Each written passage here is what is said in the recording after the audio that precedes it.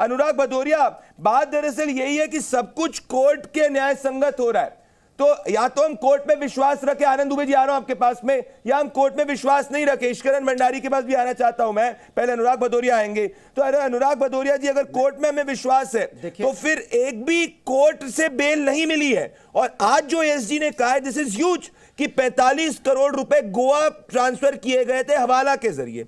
SD ये तक कह रहे हैं कि उनके पास सीडीआर रिकॉर्ड्स हैं, तो ये तो बहुत ज्यादा स्ट्रॉन्ग एविडेंस दिख रहे हैं। अगर ये एविडेंसेस कोर्ट में सरकार पेश कर सके तो। अनुराग भदौरिया, ईश्वरन भंडारी।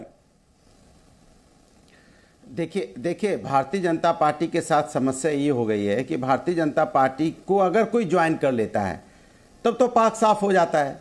आज तक इस केस में जितना हमने देखा है कि कहीं मनी ट्रेल नहीं हुआ है, पैसा कहीं मिला हो, कहीं पकड़ा गया हो, कहीं दिखाई दिया हो, कहीं किसी के बैंक अकाउंट में सीज हुआ हो, किसी के घर पे मिला हो, कहीं कुछ नहीं है।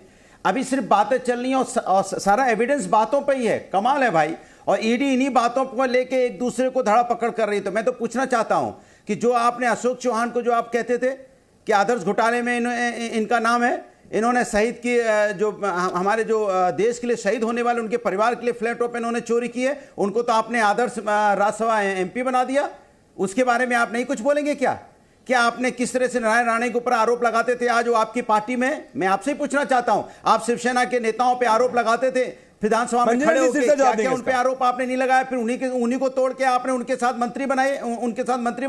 एनसीपी के नेताओं के चक्की पिसिंग करते मंत्री बनाए। एक मिनट, मेरी बात पूरी होने जाए।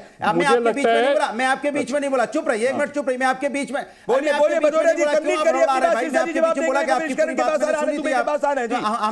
तो हमने एनसीपी के नेता थे जिनको चक्की पिसिंग करके हजारों करोड़ का आप उन पे आरोप लगाते थे, आपके साथ आगे मंत्री बन गए। कितना नाम गिनाऊं मैं? अगर हम यहाँ पूर्वोत्तर अगर वहां प्रदेश से शुरू करेंगे, अगर आप नॉर्थ तक चले जाएंगे, साउथ से अगर वेस्ट तक जाओगे, तो वो नेता मिलेंगे जिनके साथ आप जिन पे आरोप लगाते थे भ्रष्टाचार का, वो आपकी पार्टी में आ गए, आपने उनको मंत्री बना दिया, उनको सम्मानित जगह दे दी।